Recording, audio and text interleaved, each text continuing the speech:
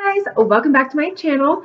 So today, this video I'm so excited to be sharing with you. It's one that I've been wanting to do for a while and just haven't gotten around to doing it until today. As you can tell by the title, I am going to be answering some of my most frequently asked questions about my job. One thing to know as a flight attendant, you are going to get asked so many questions by your friends and family, by strangers when you tell them what you do for a living, by passengers on the plane. They always have questions. It's a lot of the same questions, but that's okay. I never mind answering any questions. I know I would have a lot of questions if I was in their position. And yeah, I love my job, so I never mind talking about it. So today I'm going to be answering some of my most frequently asked ones. Okay, so question number one, and these aren't in any specific order, but do you fly the same routes all the time? So I mainly get asked this from passengers on the plane. If we are on our way to somewhere, they'll ask me if this is like where I typically fly, or this is where I usually fly to. The answer is no, we do not fly the same routes all the time. None of us do. The only way you would really fly the same places over and over is by coincidence or if you're pretty senior in the company and that's what you choose to do. But as far as you don't get this is your route for the month or this is your route for the week, is completely random. So the answer to that is nope. Okay, so question number one kind of leads me into question number two. They kind of go together. Do you fly with the same people or the same crew all the time?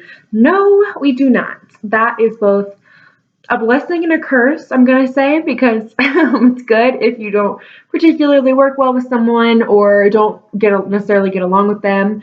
You might not ever fly with them again or ever see them again, especially if they're in a different base than you are. The bad thing is if you work really well with someone and you really enjoy them, you might not ever fly with them again either. So yeah, it kind of goes both ways, but no, we do not fly with the same people all the time. And your crew can change with a moment's notice. It's constantly changing. Also, one thing that I didn't realize most people didn't know, not that you would know this, but fun fact for you, I guess. We don't actually meet each other most of the time until just a few minutes before boarding. And I told someone that, and they were like, what? No way. And so yeah, usually you meet your crew either if you happen to be in the crew room at the same time. Sometimes if you're down at the gate, that's when you'll introduce yourself. And then sometimes it's not until we get on the plane. So not even 5 minutes before boarding sometimes is when we all meet each other. So a little fun fact for you.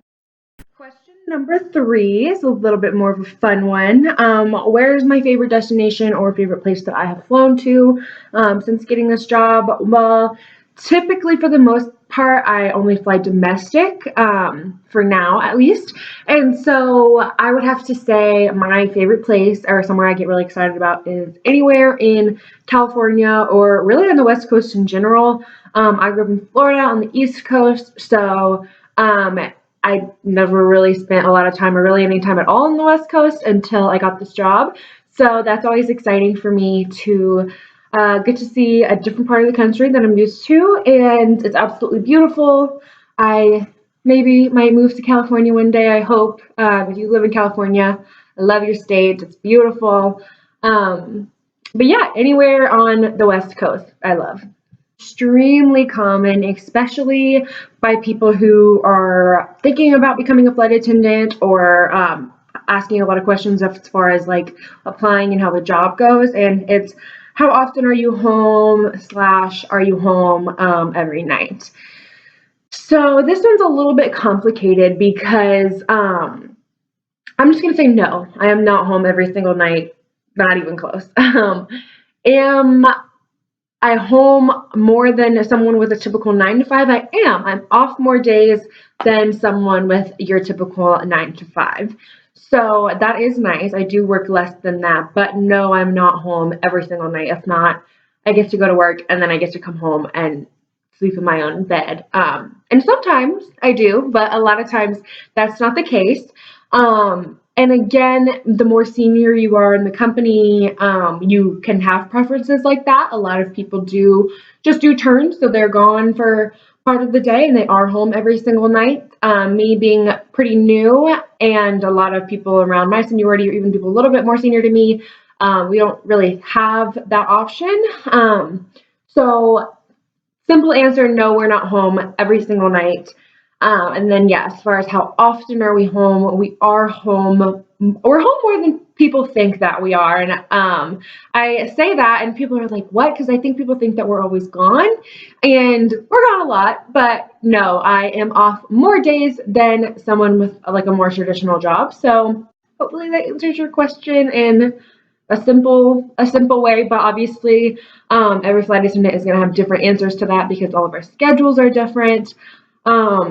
It really depends on the month. You get your schedule like about a month in advance, so you know pretty much when you're going to be home and when you're not. But yeah, it just depends on the month, how many days you have off, where you're going, what your trips look like. So everyone's different, every company's different, and really every flight attendant's different. So it just really depends. Okay, and I think I'm going to finish off with this one, and I get this one a lot on the plane, mostly, and it's how do I become a flight attendant? I ask this so many times, or even sometimes not on the plane. People are like, oh, I thought about doing that. What is the process like of becoming one? So I will maybe make a more in-depth video going more into it. Simple answer is do your research. First two things you should do your research on companies, on the job, on bases, and just have an idea in your head a little bit of what you're getting into. You need to know a little bit before you just apply because it is a huge thing. It's not just a job, it's definitely a lifestyle. And so do your research and then apply. Figure out when your companies that you're looking for, figure out when they're hiring, what they're looking for, and apply. That's definitely the first couple of steps. From there, it gets a little bit more in depth and there's a lot more that goes into it and a lot more steps. But do your research and apply is the first two steps that I can give to you. Yeah, it's a long process. It really is. It's so extremely worth it, but those are the first two things that I would tell anyone to do. Definitely make sure you know what you're getting yourself into. And if you're good with that, then go for it. Definitely go for it. I have no regrets. I love my job. But yeah, hopefully these questions helped you guys to get a little bit better understanding of what my job and what my day-to-day life, do I say, looks like. I answer these questions all the time, so I'm so happy if I'm able to answer some of these questions that maybe you guys at home have. So yeah, I hope you enjoy it, and I'll see you soon.